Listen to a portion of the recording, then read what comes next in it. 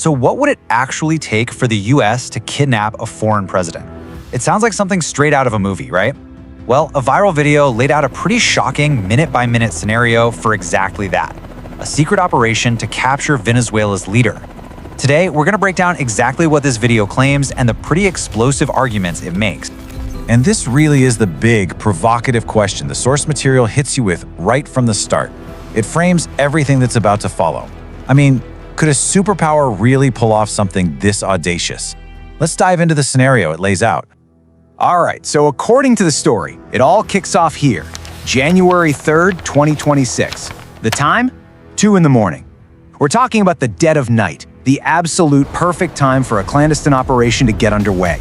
And the target is locked in, the presidential residence right in Caracas, Venezuela, which is, of course, home to President Nicolás Maduro.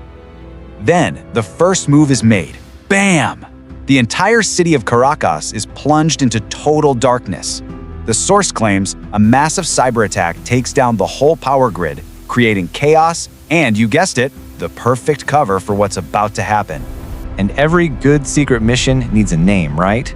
This one is called Operation Absolute Resolve. So, now that the stage is set, let's get into the nitty-gritty of how this raid supposedly went down. Okay, first up, the raid itself. The source presents this shocking, really detailed minute-by-minute account of this secret military operation. You know, the key to this whole thing is supposed to be overwhelming speed and coordination. As you can see, it's a multi-pronged assault. You've got the cyber attack, you've got airstrikes, you've got this low-altitude infiltration to avoid radar, and the final claim, Delta Force commandos hit the ground and have the president in custody in under 5 minutes. It's depicted as this flawless, lightning-fast strike. And to really highlight just how surreal this whole thing is meant to be, the source includes this alleged quote from Donald Trump, who was supposedly watching a live feed of the raid.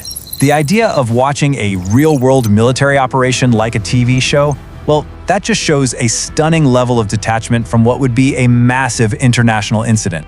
But you have to ask, why would an operation this extreme ever be launched in the first place? Let's take a look at the official justification that the story provides. Okay, this slide right here gets to the absolute heart of the source's argument. On one side, you have the official, public reason, very serious charges of narco-terrorism. But on the other side, the source claims this is all just a smokescreen for the real prize, getting control of Venezuela's huge oil reserves.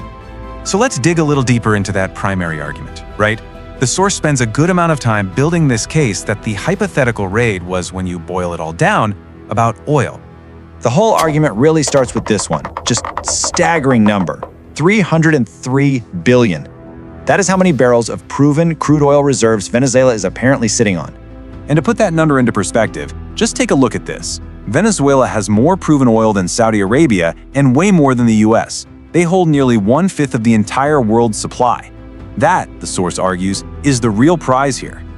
So how did things get to this point?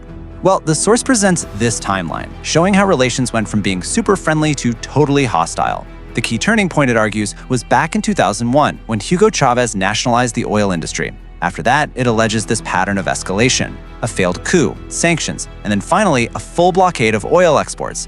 Now, to really bolster its about oil theory, the source tries to dismantle the official drug trafficking justification piece by piece. It claims Venezuela isn't even a major cocaine route to the US, that other countries are shipping far more, and that if saving American lives was the real goal, the focus would be on fentanyl from other nations entirely. All right, finally, let's look at the alleged fallout. I mean, if an operation like this actually happened, what would that do to the world order? And that brings up a massive question of legality. Forget for a second whether it could be done.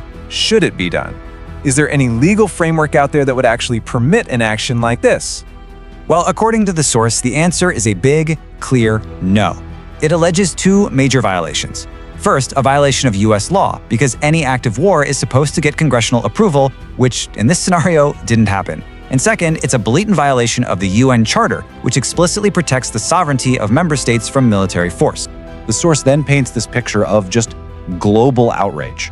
It claims condemnation was swift and pretty much universal, coming not just from rivals like Russia and China, but from key allies in Europe and Latin America. They all supposedly called it a dangerous violation of international law. So, the source wraps its entire argument up in this one really powerful phrase: New Age colonialism. The term is meant to frame this hypothetical raid not as something new, but as a modern version of a very old story. A powerful nation just taking what it wants from a weaker one. And this is the final, thought-provoking question that the source leaves us with. It's a question aimed at the very foundation of our international system.